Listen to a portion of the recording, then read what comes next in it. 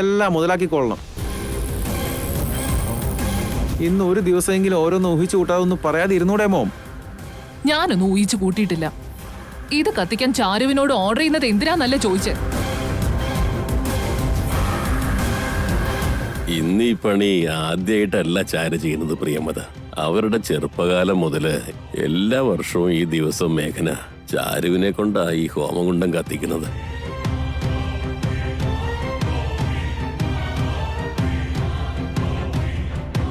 ഇനി ഇതിന്റെ പിന്നിലും എന്തെങ്കിലും സ്റ്റോറി ഉണ്ടോ വക്കീലമ്മ? അതൊക്കെ ചേച്ചി അനിയത്തിയും തമ്മിലുള്ള സ്നേഹമല്ല മഞ്ജരി. ഈ തീ ഇങ്ങനെ ഇവിടെ കത്തുമ്പോ ജീവിതത്തിൽ അന്ന് വരെ അനുഭവിച്ച പ്രോബ്ലംസും വേദനയും എല്ലാം ഈ തീയോടൊപ്പം ഇവിടെ കത്തിയരിഞ്ഞ് ഇല്ലാതാവുന്ന.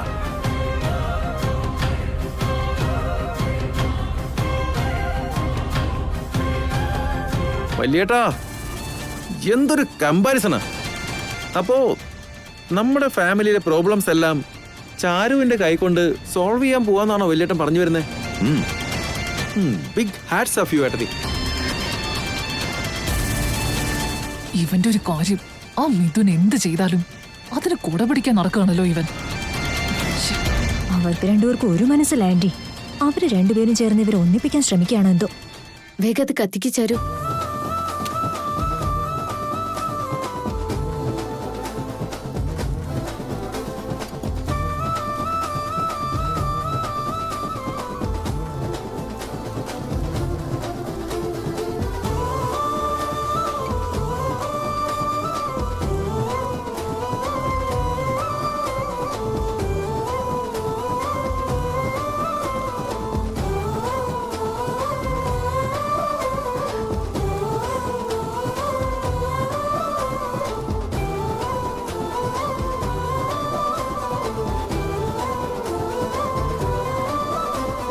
ഈ ഓവർ ആക്ടിംഗ് ഒക്കെ കണ്ടു നിൽക്കേണ്ട ആവശ്യം നമുക്കില്ല മഞ്ജരി.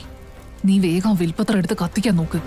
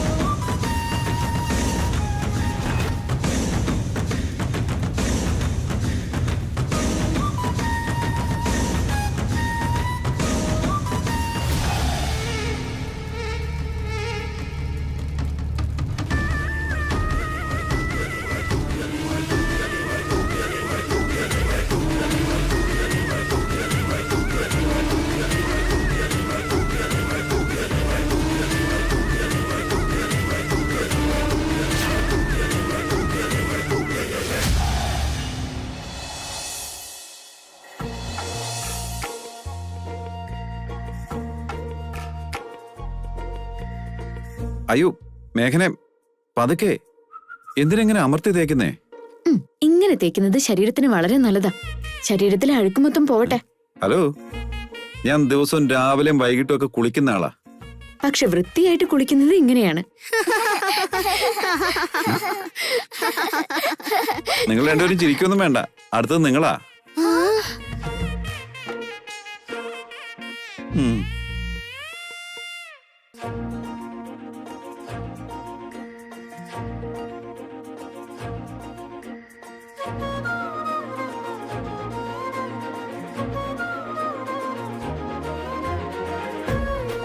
എവിടേക്കായി കൊണ്ടുപോകുന്നു ചാരു? വന്നേ. എന്ത് വരാൻ? എവിടേക്കാന്ന് പറ. ഇങ്ങോട്ട് വന്നേ. ഞാൻ ഇവിടെ ഇരുന്നേ. ഇതിപ്പോ ആ ഷർട്ട് മാറ്റിക്ക്. അതെന്തിനാ? മാറ്റാനല്ലേ പറഞ്ഞത്. ചാരു, നീ അതെ, എന്തായി ഒന്ന് കാണിക്കുന്നേ? മിണ്ടാതിരുന്നേ. നിർത്ത്. രാധ ചേച്ചി, എന്താ? ഞാൻ പറഞ്ഞ സാധനങ്ങളൊക്കെ ഒന്ന് കൊണ്ടുവന്നേ. അല്ല ചാരു, നീ എന്തൊക്കെയാ പറയുന്നേ? ഞാൻ ഓൾറെഡി കുളിച്ചതല്ലേ ചാരു. ഒന്നും കൂടി കുളിച്ചേ പറ്റൂ. ഞാൻ പറയുന്നൊന്ന് കേക്ക് ചാരു. ഒരു ദിവസം 2-3 തവണ കുളിച്ചാൽ ഞാൻ ചിലപ്പോ മരിച്ചു പോയാലോ. അത് സാരമില്ല. എനിക്കിതൊന്നും വേണ്ടാന്നേ. ഞാൻ പറയുന്നത് കേക്ക്. കുറച്ചേരൊന്നും മിണ്ടാതിരിക്കാൻ പറ്റുമോ? എന്നെ ഒന്ന് വെറുതെ വിട് ചാരു, ഞാൻ പറയുന്നത് കേക്ക്. എന്താ നിങ്ങൾക്ക് പ്രശ്നം? നിങ്ങൾ ഈ കുടുംബത്തിലെ മരുമകനല്ലേ? ഞാൻ നിങ്ങളുടെ ഭാര്യയല്ലേ? എല്ലാം അവർക്ക് മാത്രമേ ഉള്ളോ? നിങ്ങൾക്ക് ഇതൊന്നും വേണ്ടേ? ഇന്ന് എല്ലാവർക്കും വിശേഷ ദിവസം. അതല്ല ഇതിപ്പോ ആരാ പറഞ്ഞേ? ഷെടാ, രണ്ടുപേരും ഒന്നാവെന്ന് വിചാരിച്ചപ്പം പിന്നെയും മത്സരമാണല്ലോ. നിനക്ക് ഇതൊക്കെ ഞാൻ കുളിക്കുന്നതിന് മുമ്പ് ചെയ്തുകൂടായിരുന്നു ചാരു. നിനക്ക് സ്നേഹമാണോ വാശിയാണോന്ന് മനസ്സിലാവുന്നില്ലല്ലോ.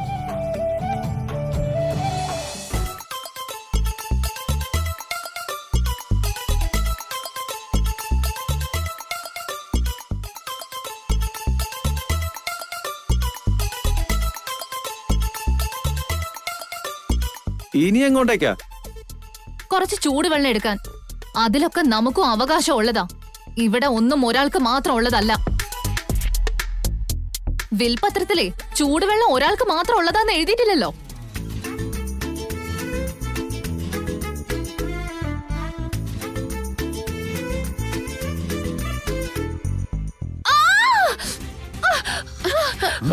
ചാരു, നോക്കട്ടെ, എന്ത് പണി നീ?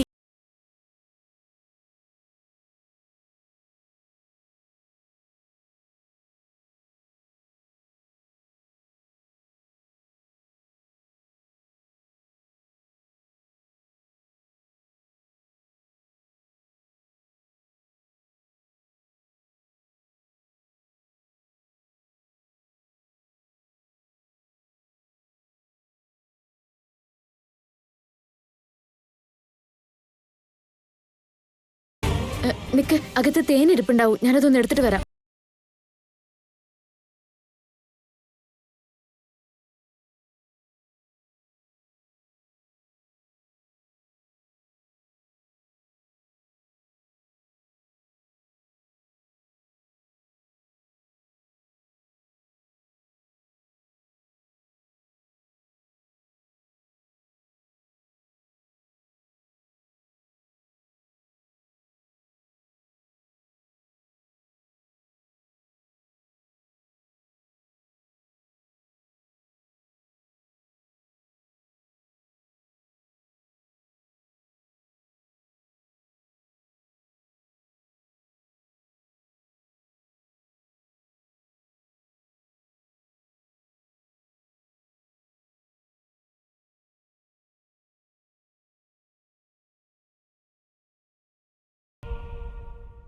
ഒന്നിന്റെ പേരിൽ മേട്ടത്തേക്ക് നിന്നോട് ഒരു ദേഷ്യവുമില്ല. ഏട്ടത്തേക്ക് നിന്നോടുള്ള സ്നേഹം ചേച്ചിയുടെ അനിയത്തിക്കുള്ളതല്ല, അതൊരു അമ്മയുടെ സ്നേഹം.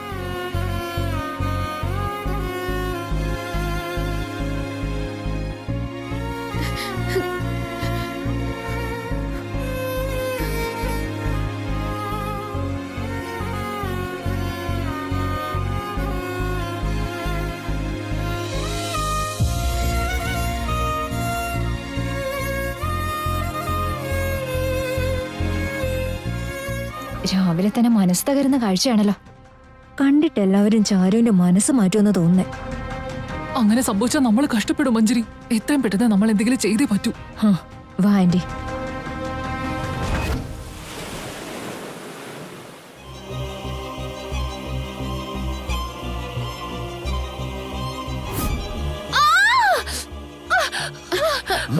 ചാരു,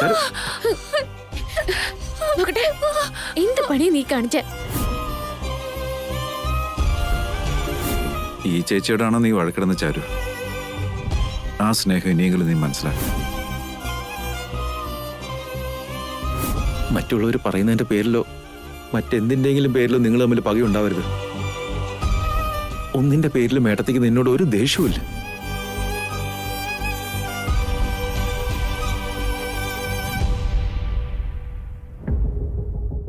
എന്താ മഞ്ജരി, ചാരു ഇന്ന് സെന്റിമെന്റൽ മൂഡിലാണെന്ന് തോന്നുന്നു. എന്തായിരിക്കും അവളിങ്ങനെ ഇരുന്ന് ആലോചിക്കുന്നത്? മേഘനയുടെ സ്നേഹം കണ്ട് അവളുടെ മനസ്സ് അലിഞ്ഞിട്ടുണ്ടാവോ?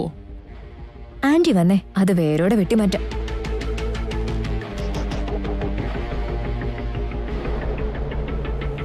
എന്തു പറ്റി ചാരു? കൈ പൊള്ളിയോ? ഇതെന്ത് പണിയാ മോളെ കാണിച്ച്? നീ എന്താ ഒട്ടും ശ്രദ്ധിക്കാതെയാണോ ഓരോന്നും ചെയ്യുന്നത്? എന്ത് പറയാൻ ആന്റി, ഈ നാട്ടിലേക്ക് വന്നപ്പോ തന്നെ ചാരുവിന്റെ മനസ്സ് മാറിപ്പോയിട്ടുണ്ട്. വീട്ടിൽ വെച്ചുണ്ടായ സംഭവങ്ങളും അപമാനങ്ങളും എല്ലാം മറന്നുപോയിരിക്കുന്നു. വീണ്ടും മേഘനയുടെ മായാവലയത്തിൽ പെട്ടുപോയല്ലേ?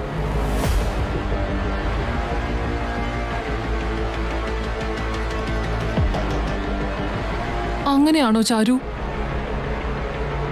നിങ്ങളുടെ ചെറുപ്പത്തിൽ നടന്ന സംഭവങ്ങളൊക്കെ നിങ്ങളുടെ ആ വക്കീലമ്മാവനെ ഓർമ്മിപ്പിച്ചപ്പോ നീ വിഷമിക്കുന്നതൊക്കെ ഞാൻ കണ്ടു.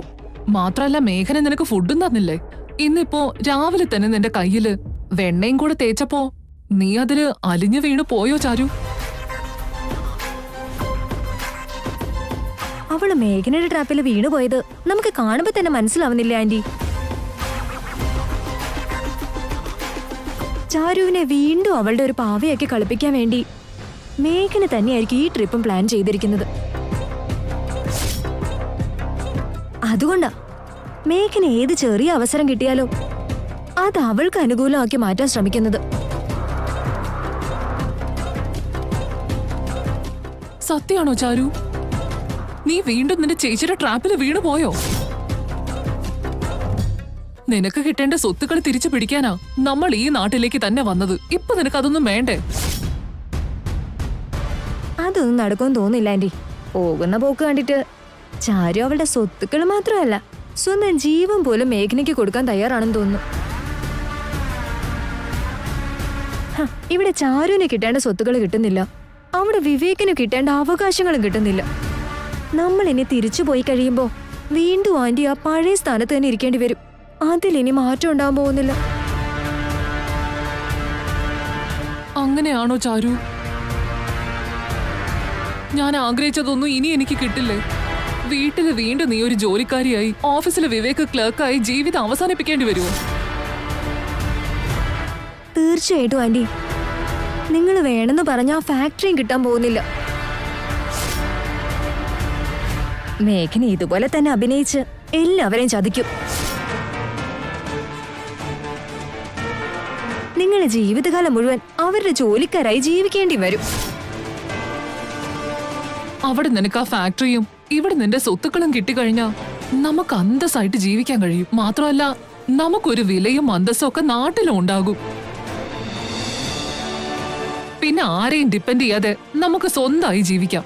നമ്മുടെ സ്വന്തം സമ്പാദ്യങ്ങളും കൊണ്ട് നമ്മൾ സ്വന്തം കാലിൽ ജീവിക്കണമെന്ന് മാത്രമേ ഞാൻ ആഗ്രഹിച്ചിട്ടുള്ളൂ. എന്റെ ആഗ്രഹങ്ങളൊക്കെ ഞാൻ വീണ്ടും മറന്നു കളയേണ്ടി വരും. നീയെല്ലാം മറന്നു ചാരു? നീ 1 ലക്ഷം രൂപ ചോദിച്ചപ്പോ നിന്റെ ചേച്ചി അത് തന്നില്ലല്ലോ. നീ അവളെ തന്നെ സ്നേഹിക്കുന്നു. നമ്മുടെ ഓഫീസിൽ വിവേകിന് വേണ്ടി ഒരു സെപ്പറേറ്റ് ക്യാബിൻ പോലും നിന്റെ ചേച്ചി നൽകിയിട്ടില്ല. നീ എന്നിട്ട് പിന്നെ സ്നേഹിക്കുന്നു. നിങ്ങൾ ചെയ്യുന്ന ജോലിക്കും നിങ്ങളുടെ ജീവിതത്തിനും ഒരു വിലയും കൽപ്പിക്കുന്നില്ല മേഘന. എന്നിട്ട് നീ പിന്നെ അവളെ സ്നേഹിക്കുന്നു. അതല്ലേ സത്യം? അങ്ങനെയല്ല മഞ്ജരി, ഞാനിവിടെ വന്നത് എന്റെ സ്വത്തിന് വേണ്ടി തന്നെയാ. അവരുമായിട്ട് ഇനി ഒരു ബന്ധത്തിന് ഞാൻ പോകുന്നില്ല. നീ സത്യമാണോ ചാരു ഈ പറയുന്നത്? മേഘനയോട് നിനക്ക് കിട്ടേണ്ട സ്വത്തുക്കളെ നീ ചോദിക്കോ? ഞാൻ ചോദിക്കോ അമ്മേ? പക്ഷെ നിന്നോട് ഇത്രയും സ്നേഹം കാണിക്കുന്ന നിന്റെ ചേച്ചിയോട് നീ ഈ സ്വത്ത് എങ്ങനെ ചോദിക്കും? നീ ചോദിച്ചാ നിന്റെ ചേച്ചി അത് തരുമോ? ചോദിക്കേണ്ട രീതി ചോദിച്ചാ മേഘന തരാതിരിക്കില്ല. നിയമപ്രകാരം തന്നെ അത് ചോദിച്ച് വാങ്ങിക്കാലോ. അപ്പോ ഒരു വക്കീലിനെ കണ്ടത് സംസാരിച്ച് വാങ്ങിക്കണമെന്നാണോ ആന്റി? ചാരു നേരിട്ട് ചോദിച്ചപ്പോ തരാത്ത സ്ഥിതിക്ക് ഒരു വക്കീല് തന്നെ സംസാരിക്കുന്നതാ നല്ലത്. നീ എന്തു പറയുന്നു ചാരു? അമ്മ പറഞ്ഞതുപോലെ തന്നെ ഇവിടെ ചെയ്യേണ്ടത്.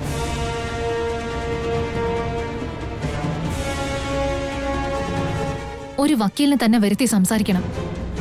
ഇന്നൊരു വിശേഷ ദിവസമല്ല ചാരു. സ്വത്തിന് വേണ്ടി ഈ സമയത്തൊരു വക്കീലിനെ വരുത്തുന്നത് ശരിയാണോ? എന്റെ സ്വത്തുക്കൾ എനിക്ക് കിട്ടിയാൽ മാത്രമേ എനിക്ക് ആഘോഷിക്കാൻ കഴിയുള്ളൂ മഞ്ജരി. അതെ, അത് കിട്ടിയില്ലെങ്കിൽ നമ്മളിവിടെ വന്ന തന്നെ വേസ്റ്റ് അല്ലേ? ഇപ്പൊ തന്നെ ഞാൻ ചെന്നത് ചേച്ചിയോട് സംസാരിക്കാം.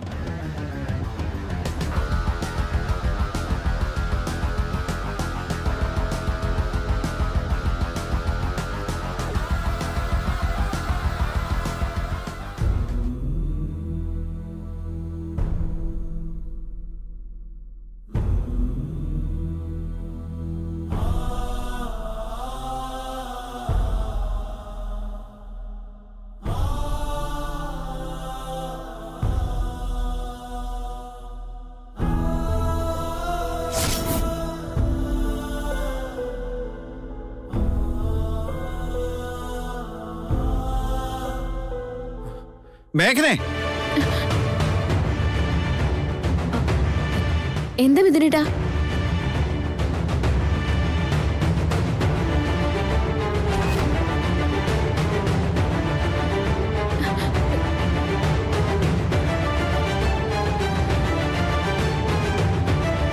എന്താ മേഘന ഇത്? ആ ഡ്രസ്സ് മുഴുവൻ കത്തിപ്പോയില്ലേ? എന്താ ഇത്ര ആലോചിക്കുന്നേ? സോറി മിഥുനേട്ടാ, ഞാൻ ശ്രദ്ധിച്ചില്ല. ഇങ്ങനെ ആലോചിക്കാൻ മാത്രം എന്താ ഉണ്ടായത്? ഇപ്പോഴും നീ ചാരുവിന്റെ കൈ പൊള്ളിയതോർത്ത് വിഷമിച്ചിരിക്കുകയാണോ? നീ നിന്റെ അനിയത്തി ഇത്രമാത്രം സ്നേഹിക്കേണ്ട കാര്യമൊന്നുമില്ല മേഘനെ. അവക്ക് ചെറുതായിട്ടൊന്ന് പൊള്ളിയല്ലേ ഉള്ളൂ. ഞാനിപ്പോ അതിനെക്കുറിച്ചൊന്നുമല്ല മിഥുനേട്ടാ ആലോചിക്കുന്നത്. ചാരുവിന് കിട്ടുന്ന ഓരോ അവസരങ്ങളിലും അവള് ഞങ്ങളുടെ ഈ സ്വത്തുക്കളെക്കുറിച്ചും വിൽപത്രത്തെക്കുറിച്ചുമാണ് സംസാരിക്കുന്നത്.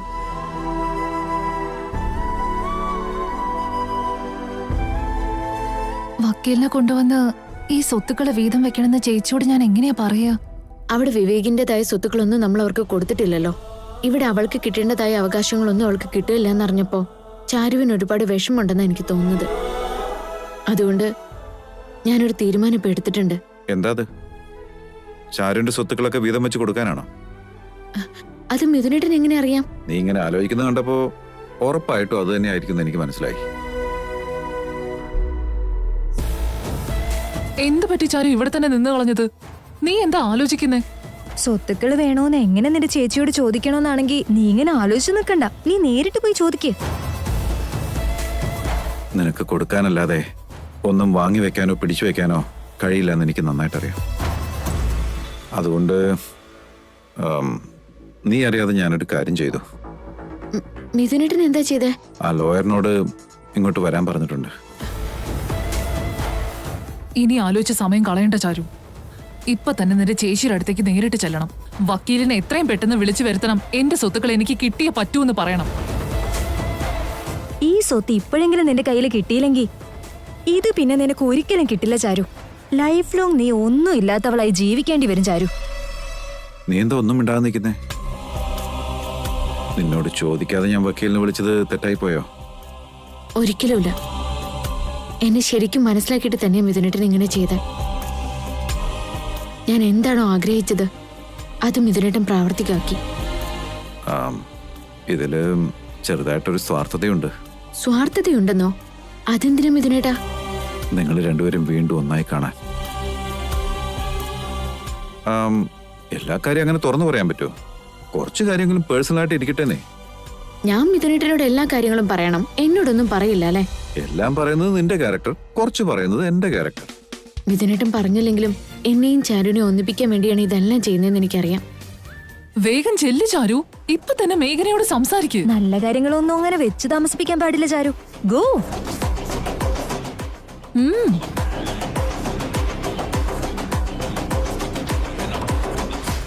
ചേച്ചി, എനിക്ക് ചേച്ചിയോട് ഒരു കാര്യം പറയാനുണ്ട്. എന്താ ചാരു? അത് പിന്നെ നോക്ക്, ഞാൻ പറഞ്ഞ ആളെത്തി. നമുക്ക് അങ്ങോട്ട് പോവാം. ചേച്ചി ഒരു മിനിറ്റ്. ചേച്ചിയോട് ഒരു കാര്യം പറയാനുണ്ട്. അത് നമുക്ക് കുറച്ച് കഴിഞ്ഞിട്ട് സംസാരിക്കാൻ ചാരു. എനിക്കിപ്പോ ഒരു അത്യാവശ്യ കാര്യം ചെയ്യാനുണ്ട്. വന്നേ.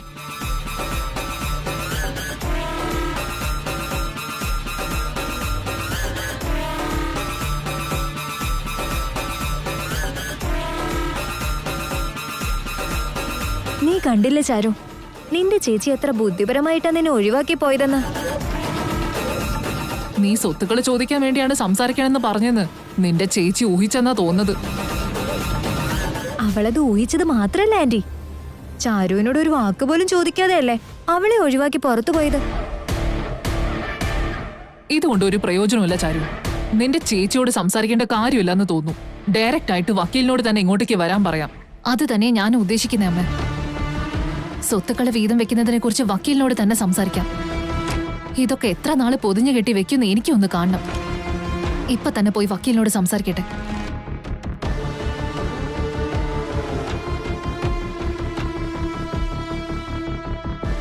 നമസ്കാരം വക്കീൽ സാറ്. ഇതാ എന്റെ വൈഫ് മേഘന. നമസ്കാരം മേഡം. നമസ്കാരം സർ. വരൂ, നമുക്ക് അകത്തേക്ക് ഇരിക്കാം. വരൂ. വാ, എവിടെ ഇരുന്നോളൂ. Okay sir. മേഘനെ, ഒരു കോഫി എടുത്തോ. നോ താങ്ക്സ് മിഥുൻ സാർ, ഞാൻ കുടിച്ചിട്ടാ വന്നത്.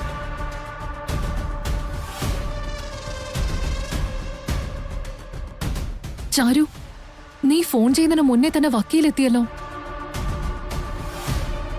നീ എങ്ങനെ വിളിച്ചായിരുന്നോ മഞ്ജരി? ഞാൻ വിളിച്ചില്ല ചാരു, അത് മിഥുനെ അറിയുന്ന ഒരു ലോയറാ. രാവിലെ തന്നെ എന്താ മോളെ വക്കീലൊക്കെ? ഞങ്ങൾ വിളിച്ചു വരുത്തിയതാണ് വക്കീലമ്മാവ. അമ്മാവനിരിക്കെ.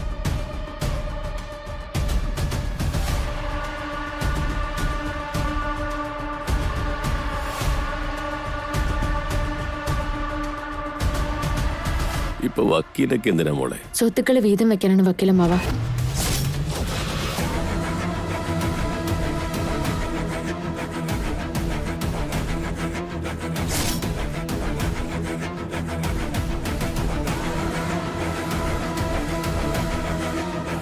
ആരുടെ സ്വത്തുക്കൾ ഏട്ടത്തി? നമ്മുടെ കാര്യമല്ല വിവേക്, ഇത് ഇവരുടെ കുടുംബത്തിന്റെ കാര്യമാണ്.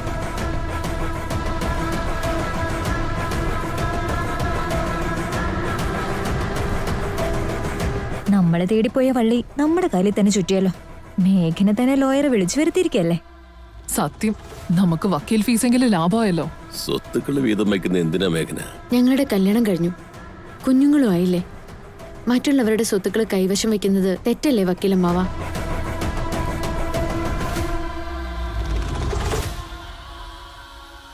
നല്ലൊരു ദിവസമായിട്ട് ഇന്നിത് ചെയ്യണമായിരുന്നു ഏട്ടത്തി. അതിന് ഇന്നെല്ലാവരും സന്തോഷത്തിലല്ലേ വിവേക്? തനിക്ക് അവകാശപ്പെട്ടത് കൂടി കിട്ടുമ്പോൾ ചാരുവിന്റെ സന്തോഷം ഇരട്ടിയാവുകയല്ലേ ഉള്ളൂ. പക്ഷെ ഈ ഭൂമിയൊക്കെ മുത്തശ്ശന്റെ ഓർമ്മയ്ക്ക് വേണ്ടിയുള്ളതല്ലേ? അതൊന്നും സാരല്ല വിവേക്. ഓർമ്മകളൊക്കെ മനസ്സിലല്ലേ ഉണ്ടാവേണ്ടത്. അതിന് സ്വത്തുക്കളൊന്നും പിടിച്ചു വെക്കേണ്ടല്ലോ. ഇതിന്റെ പേരിൽ ഒരു വൈരാഗ്യം ഉണ്ടായി പിരിയുന്നതിനേക്കാൾ നല്ലത് കൊടുക്കേണ്ടതൊക്കെ കൊടുത്തുകൊണ്ട് ഹാപ്പിയായിട്ട് ഒന്നിച്ച് താമസിക്കുന്നതല്ലേ.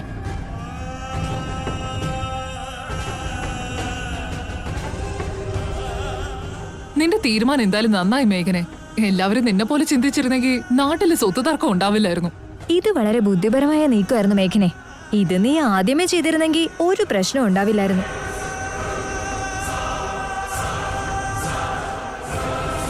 എല്ലാ കാര്യങ്ങൾക്കും അതിൻ്റെതായ സമയമുണ്ടല്ലോ മഞ്ജരി. ഒരു വാക്ക് പോലും പറയാതെ ഇങ്ങനൊരു തീരുമാനം എടുത്തതിന് ഞങ്ങളോട് ക്ഷമിക്കണം വക്കീലമ്മാവ. ഇതോർത്ത് മനസ്സ് വേദനിപ്പിക്കരുത്. സ്വത്ത് വീതം വയ്ക്കുന്നത് കൊണ്ടല്ല മോളെ എന്റെ വിഷമം. നീ എത്രമാത്രം സങ്കടപ്പെട്ടിട്ടാ ഇങ്ങനെ ഒരു തീരുമാനം എടുത്തതെന്ന് ഓർക്കുമ്പോഴാണ് എനിക്ക് വിഷമം.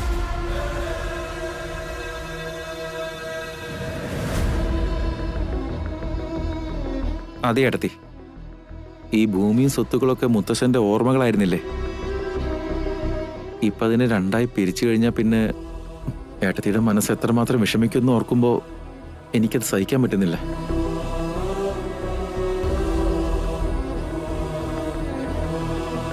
മനസ്സ് വിഷമിച്ചല്ല ഞാൻ തരുന്നത്. പൂർണ്ണ മനസ്സോടെ ഞാനിത് ചെയ്യുന്നത്. മരിച്ചുപോയവരുടെ ഓർമ്മകളുടെ പേരിൽ ജീവിച്ചിരിക്കുന്നവരുടെ മനസ്സമാധാനം കളയണ്ടല്ലോ. മരിച്ചുപോയവരുടെ ആത്മാക്കൾ ഇതൊന്നുമല്ലല്ലോ ആഗ്രഹിക്കുന്നത്. അതുകൊണ്ട് ഞാൻ ഇങ്ങനൊരു തീരുമാനം എടുത്തത്.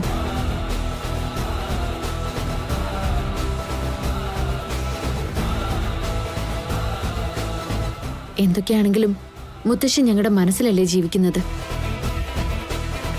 അതിനെ സ്വത്തുക്കളൊക്കെ ഞാൻ എന്തിനാ സൂക്ഷിക്കുന്നത്?